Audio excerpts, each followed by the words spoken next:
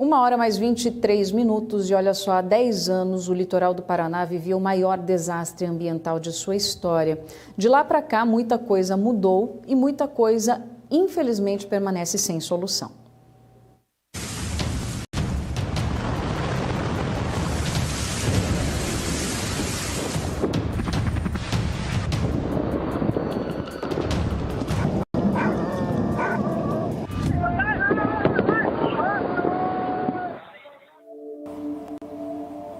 Quem vê hoje a comunidade rural de Floresta, que fica em Morretes, com essas paisagens que transmitem o sossego da vida pacata do campo, não faz ideia de como estava isso tudo no dia 11 de março de 2011.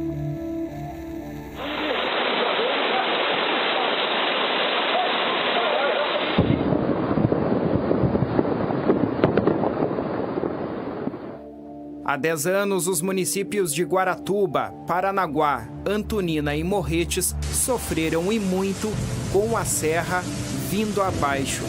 Após dias intensos de muita chuva, numa sexta-feira, as enchentes inundaram o litoral paranaense com muita lama, arrasando vilas inteiras.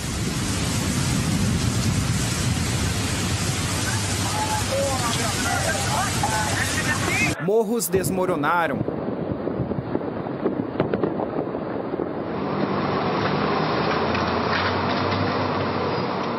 Pontes foram levadas. Pedras do tamanho de carros rolaram serra abaixo.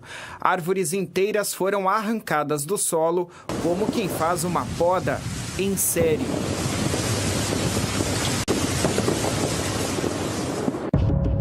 O saldo do terror foi gigante. Mais de 27 mil pessoas foram atingidas de alguma forma pela enxurrada. Mais de 6.500 casas sofreram algum tipo de dano. Mais de 700 moradores ficaram desabrigados. Mais de 8 mil foram desalojados. E 4 pessoas perderam a vida, segundo a Defesa Civil. Dona Edileuza, moradora há mais de 30 anos na região, lembra bem de tudo isso.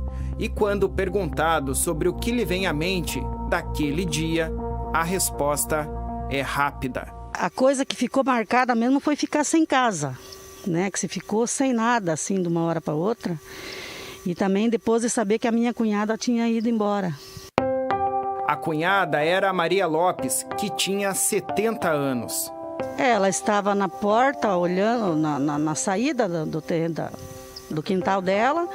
E de repente eles escutaram um grande barulho e saíram correndo. Ela foi para dentro de casa e o primo seguiu para o outro lado e foi levado, né? Também se machucou muito, ficou uns 3 meses no hospital. E ela infelizmente faleceu, que ela foi embora com a casa dela, né? O primo que Dona Edileuza se refere é Valdemar Rainetti, que sobreviveu após ser levado por dezenas de metros pela lama. Do marido, Arlindo Capeta de Souza, hoje a dona de casa tem as lembranças.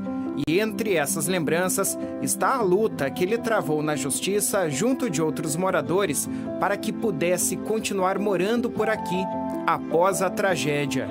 É que o risco de novos fenômenos como este existe e por isso a preocupação de governantes para que todos deixassem a área. Sim, meu marido ele era muito ativo nisso, ele é nascido aqui, né? Infelizmente já não está mais entre a gente, mas ele lutou muito, foi o que levantou uma bandeira muito grande, auxiliado por outros, né? Que também ficaram e correram atrás. Nós conseguimos ficar aqui, mas a gente tem uma recomendação do Ministério Público, né? Que então restringe muita coisa, aconselha não isso, não aquilo. Então existe ainda essa luta na justiça. Entre as recomendações mencionadas está a não realização de novas construções por conta do risco justamente de novas enchentes e, como consequência, a perda de tudo, além da mudança para cá de novas pessoas, que deve ser evitada. Em Paranaguá, a Defesa Civil soube dos primeiros relatos das enchentes por meio de ligações e de moradores que conseguiram escapar das comunidades rurais e ir pessoalmente até a sede da corporação, além do Corpo de Bombeiros. As comunidades começaram a ficar isoladas isoladas por causa da falta de acesso, estradas que foram interrompidas, pontes que se perderam, foram levadas. Então, o maior problema, no início, a maior dificuldade que nós tivemos foi para fazer a retirada das pessoas dessas comunidades e levá-las para um local seguro, que é o abrigo do município. Em seguida, a gente teve perda de energia, perda de água, perda da parte de telefonia, e a gente foi tendo que desenvolver estratégias para poder lidar com essa situação. E o desespero, né? O pânico geral, ele é um fator que sempre vai contra, dificulta um pouco, porque lidar com o ser humano é um pouco difícil nessas ações de socorro. Soltou aí, ó! Uma década depois, o cenário assustador, hoje incorporado às paisagens da região, faz parte do dia a dia dessas pessoas. O leito do rio Jacareí foi desviado, é reformulado nos dias atuais. As pedras gigantes que você vê hoje aqui no curso do rio não estavam aqui antes do dia da tragédia. Elas foram trazidas com a força da enxurrada. E junto com esse novo cenário reformulado aqui da natureza, está o improviso do ser humano.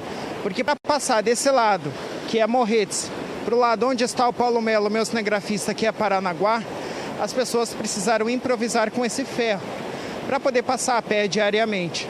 O poder público prometeu já na época reconstruir a ponte que foi levada pela correnteza, mas 10 anos depois isso ainda não aconteceu.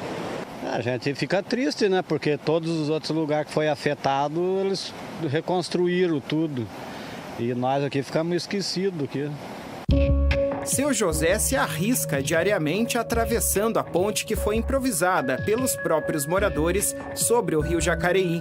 O mesmo acontece no rio Tingidor, que fica um pouco acima.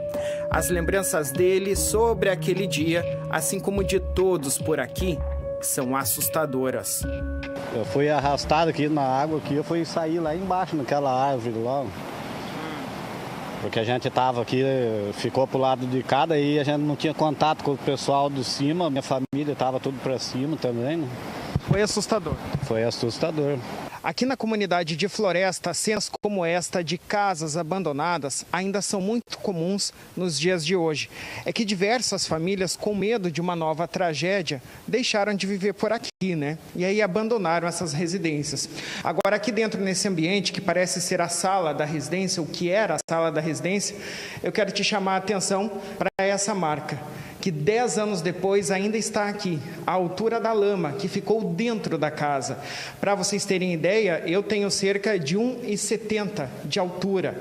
E aqui nós devemos ter entre 1,40 e 1,50, ou seja, é muita lama.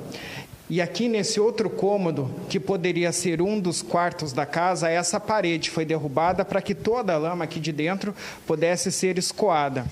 E aí eu chamo a sua atenção também para essa janela, na qual os vidros não existem mais, apenas cacos, né, do que sobrou dessa tragédia aí do 11 de março de 2011.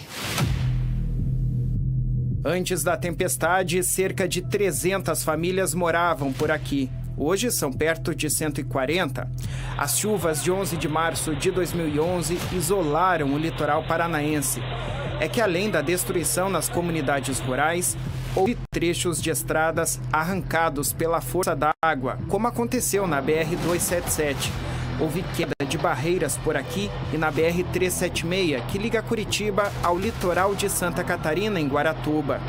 Os desmoronamentos também foram registrados nas PRs-411, em Antonina, e na 410, em Morretes.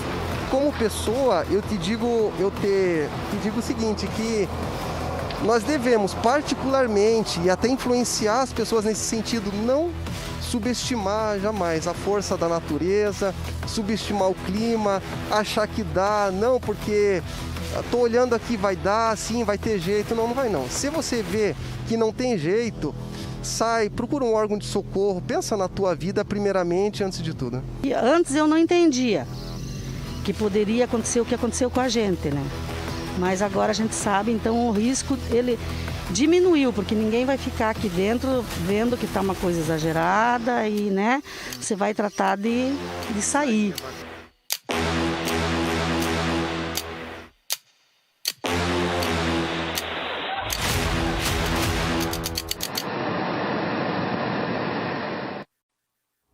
Muito a lembrar, né, a respeito dessa situação, a gente se solidariza com todas as famílias aqui do nosso litoral que perderam familiares e que perderam bens materiais também.